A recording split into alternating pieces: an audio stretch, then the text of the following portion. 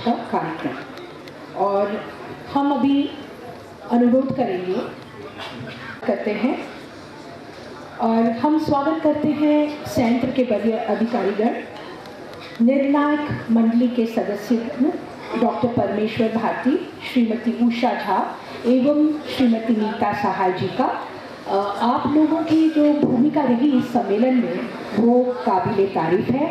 हम जानते हैं कि निर्णायक दल का जो कार्य होता है बहुत ही कठिन होता है। आपका हार्दिक स्वागत और मीडिया का स्वागत करते हैं और उपस्थित सभी श्रोतागण का, और खासकर आज के बाल कलाकारों का जिनको सुनने के लिए सभी से इंतजार कर रहे हैं। तो चलिए आज की शाम एक कविता को आगे बढ़ाते हैं पुष्पगुच्छ की भेंट के साथ। और फूल खिले जिंदगी की राह में, हंसी चमकती रही आपकी निगाहें, कदम कदम पर मिले खुशी की बहार, आती रहे बाल कदम।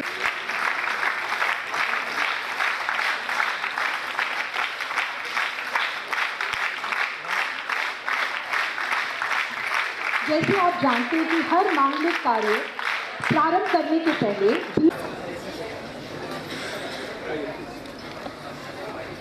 दीपो ज्योति जनार्दना, दीपो हरतु मे पापम, संध्या दीपो नमस्ते।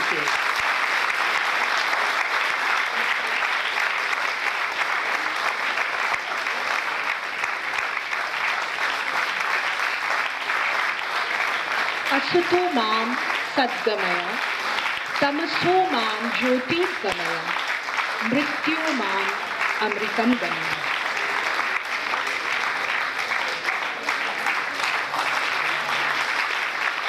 धन्यवाद। अब हम अनुरोध करते हैं हमारे अतिथियों को प्रेक्षागृह में अपना स्थान।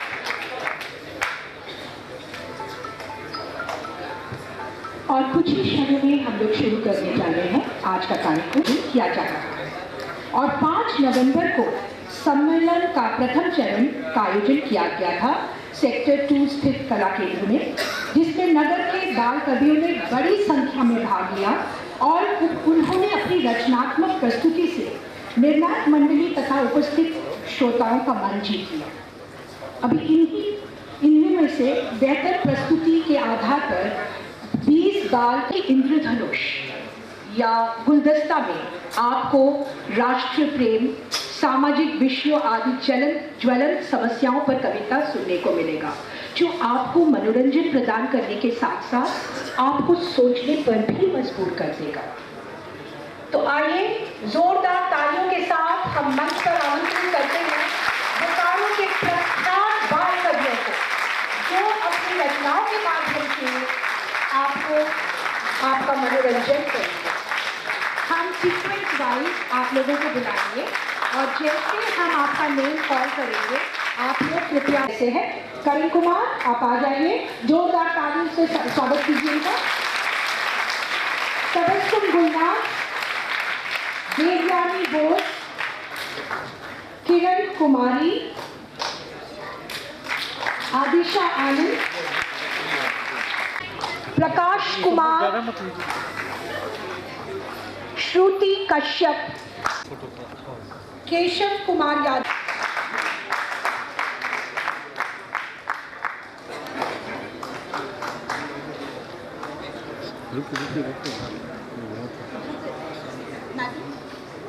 List second. हाँ ठीक है। अंकित आनंद, निशी कुमारी,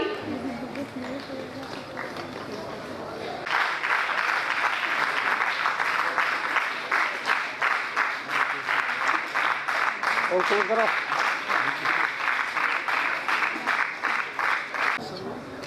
थोड़ा इधर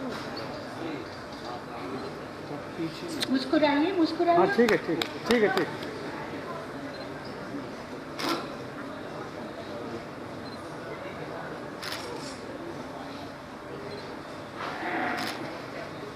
ठीक हो, बैठिए। बैठ जाइए आप लोग। यहाँ और भी है, कुछ दूर तो चला हूँ मैं अभी, कुछ दूर तो चला हूँ मैं अभी, जमाने की दौरा और भी है, सारे जमाने की दौरा और भी है।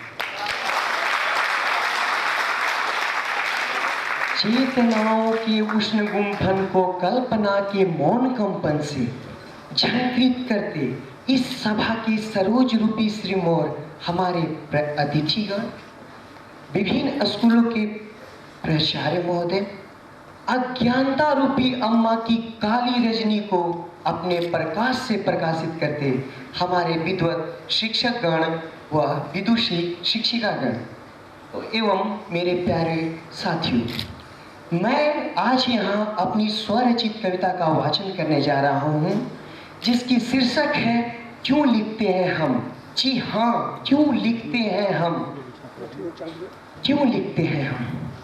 शायद निराशा का एहसास कुछ अनुभूति देती है खास, जब जो चाहत है तो लगता है ममहित है, जैसे हर सुनहरे सपने अपने मीत हैं। अपने मर्मों का सार बना, शब्दों का संसार बना, अपने मर्मों का सार बना, शब्दों का संसार बना। जब रचना कोई करते हैं खुद को ही उसमें रखते हैं, जब रचना कोई करते हैं खुद को ही उसमें रखते हैं। अपनी रचनाओं में खुद ही तो दिखते हैं हम, शायद इसीलिए लिखते हैं हम, शायद इसीलिए लिखते हैं।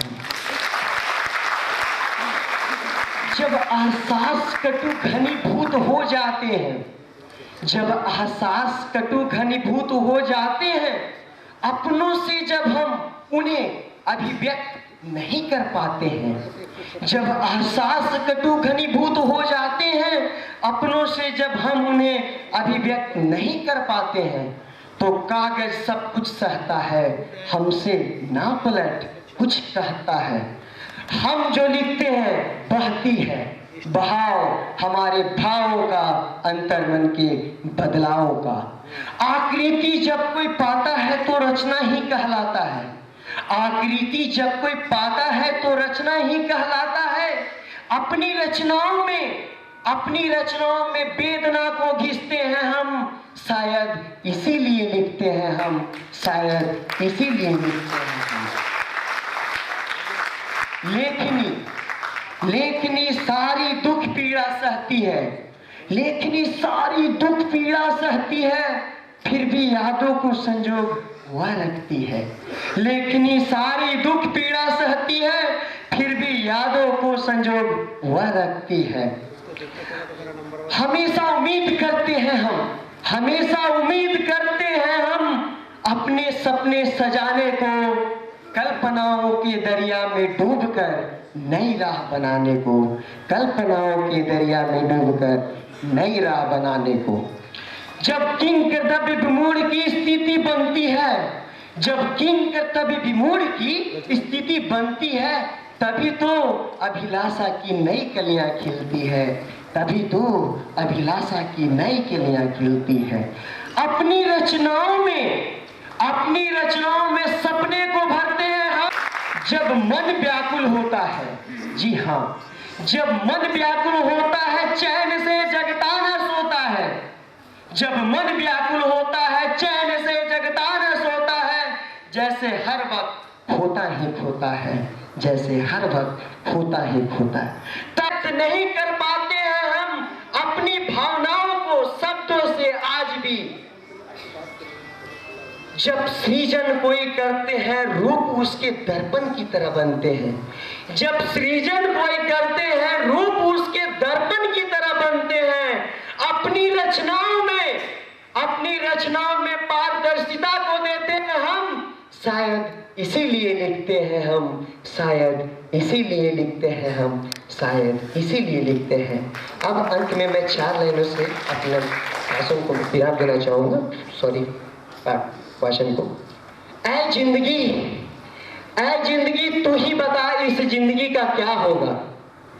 अरे वो जिंदगी तू ही बता इस जिंदगी का क्या होगा, कि पल पल मरने वालों के लिए आज जीने का वक्त नहीं, कि पल पल मरने वालों के लिए जीने का वक्त नहीं। बहुत बढ़िया।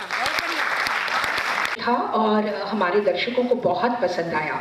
हम बस ये कहना चाहेंगे कि आपकी जो कविता में हम लोगों को सृजनात्मक कल्पना और नवीन भाव बोध का एहसास हुआ।